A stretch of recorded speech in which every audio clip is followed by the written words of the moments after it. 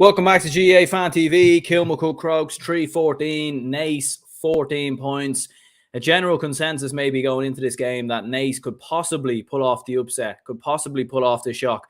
We've seen what Ballybay obviously done yesterday evening against Crossmaglen Rangers, and we've seen in club championships up and down the country in the past couple of weeks that, look, there's always shocks, there's always thrills and spills, but by God, there was absolutely zero shock today. As a matter of fact, maybe the shock was actually how easy it was for Kilmacud Crokes. I mean, you're talking about, the favourites for Leinster, the favourites for the All-Ireland, but Naas are a very, very good side, and they were second favourites, according to many, for the Leinster Championship. They were in the final last year with Kilmacud Crokes, but yeah, Crokes just absolutely wiped the floor with them inside and out. It was a very, very commanding performance.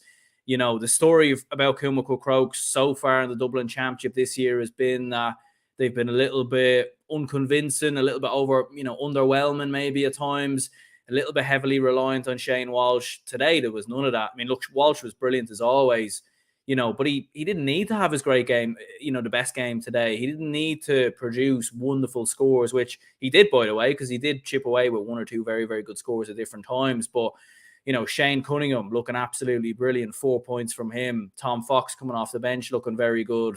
Darragh Mullen scoring 1-1. Craig Diaz, again, proving why. Maybe it's too late for him to come into the Dublin team. There's a lot of very good midfielders, but he's a very, very good player. And physically, in terms of stature, he can handle the hits, he can handle the tackles, and that direct run right through the middle. And the finish to go with it as well was absolutely superb. But look, this is the match reaction here on GAA Fan TV. Apologies for the slight delay there. I was at the game, but the internet was absolutely terrible. So I was planning to go live just after the game in Parnell Park. But the internet, it just wouldn't let me go live for some reason. I have no idea why. So we had to rush back to the gaff, and here we are anyway. So, look, certainly from being at the game, Naas definitely brought more of the supporters. I think it was the ground was very much 3/4 Naas fans, to be perfectly honest, which was probably a little bit disappointing, to be honest, given the fact the game was in Dublin and perceived to be a home venue in Parnell Park, which it was, to be fair. Crokes have played there throughout the entirety of the Dublin Championship, really, whereas Naas have, I think this is the first time they've ever played there, probably in a senior game anyways. They were just very, very commanding. I mean, you get that, Naas started quite bright. They had an early goal chance, I think, from Darragh Kirwan, maybe, who ran through, and he ends up putting that over the bar. Naas started quite bright, but once they made that mistake from the goalkeeper, I mean, I've no idea, to be honest, what the Naas goalkeeper was doing there. Luke Mullins, it's obviously a poor kick out. Darragh Mullen latches onto it, has the audacity to go for goal, and he does. And Crokes just dominated from there, and they done the sort of similar thing again where they were pressing up on kickouts, turning the ball over. Conor Ferris, Kilmacud Crokes goalkeeper, I thought was outstanding. He was kicking it short when needed to, kicking long, was picking out players from left to right. It was very, very impressive, I felt. And defensively, I think Crokes, whilst, a lot of the credit will go to Shane Cunningham, Darragh Mullen, Aidan Jones, who I thought had a very good game as well. Hugh Kenny obviously gets himself a goal as well, in fairness. Defensively, very, very good. I mean, Michael Mullen had a superb game. Like, he was the one picking up Darragh Kirwan. And Kirwan did kick, I think, 4 points in total in the game, but generally done a very, very good job at limiting any real goal chances for Naas. Theo Clancy, who came in, looked very good. Dan O'Brien, very, very good game as well. Rory O'Carroll, as ever, probably in the form of his life potentially at the moment as well. Like, he's been very, very good. So, Crokes just have so many options outside of the narrative, maybe, that they're reliant on Shane Walsh. Like, they do have plenty of other good players. And I think that is what makes them, serious All-Ireland contenders. And imagine they don't even have Paul Mannion. Like, he's injured. Absolutely mental. Crazy stuff, to be perfectly honest. Gavin says here, quite the anticlimactic game after the first goal.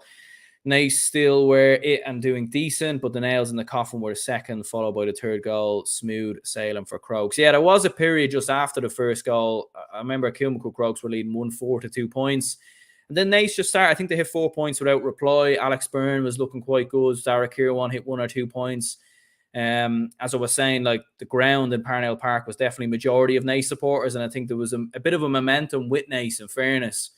But that second goal was just an absolute killer blow because it came probably against a run of play. And after all Naas's good work, they go from being 5 points down to 2 points down and then back to 5 points down. It was just a massive, massive killer blow. And Kilmacud Crokes just dominated from there, in fairness. And, they slowed the game down as well at different times with Ben Shovelin and Diaz in midfield. I thought they were very good as well. It just sort of taken the sting out of the game when Naas might have maybe gathered a bit of momentum. And that Hugh Kenny goal in the third goal in the second half, just very much that extra nail in the coffin from a Kilmacud Crokes point of view.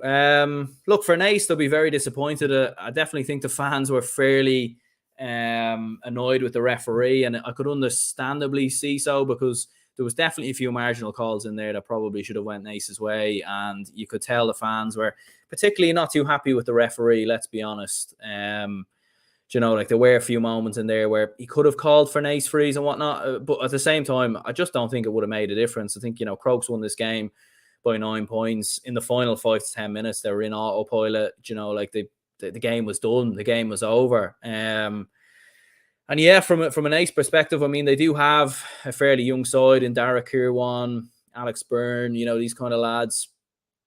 A few older lads in there as well. But generally quite a young enough side, and Crokes certainly have the experience now, having won back-to-back Dublin titles, winning the Leinster Championship last year, getting to the All-Ireland final. So, look, they're going to be a serious team. If they're All-Ireland favourites before today, what are they now? They're even more favourites now, potentially.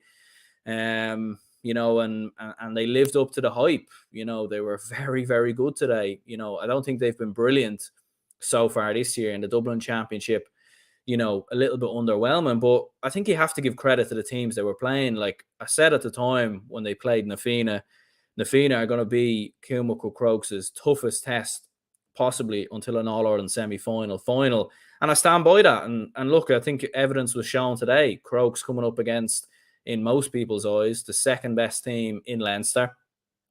And they just absolutely wiped the floor with them. It was a very, very comfortable and commanding win. And look, Port Arlington put up a big result there from what I've seen against Palatine. Can they cause a couple of problems for Crokes? I mean, they were very good against them last year as well, in fairness. But, that game's going to be in Croke Park now as well. And I just don't see Crokes losing that. And I just don't see them losing again, to be honest, until next year or something like that, because I think they're just far too strong. Midfield, forwards, defense, goalkeeper. They have a solid team. They really, really do. But yeah, let me know your opinions, your thoughts in the comments down below. There will be a match day vlog out in a few days' time. I was at the game and fortunately got covered in the rain again, which is not great, but it is what it is. Kilmacud Crokes, excellent. And what a joy to behold, a joy to witness. So yeah, that'll be out in a few days' time. We'll be going live at 8 p.m. later tonight with Matthew Hurley from the GAA Statsman. Actually, speaking of the Statsman himself, I seen on his Instagram there, he was putting up stats for the Crokes for this game, and Kilmacud Crokes had 80% accuracy. 80% accuracy. I mean, they were so efficient today, so efficient. It was absolutely brilliant. And it's going to take some stopping. It really, really is. But yeah, cheers anyone who tuned in. I'll speak to you all later.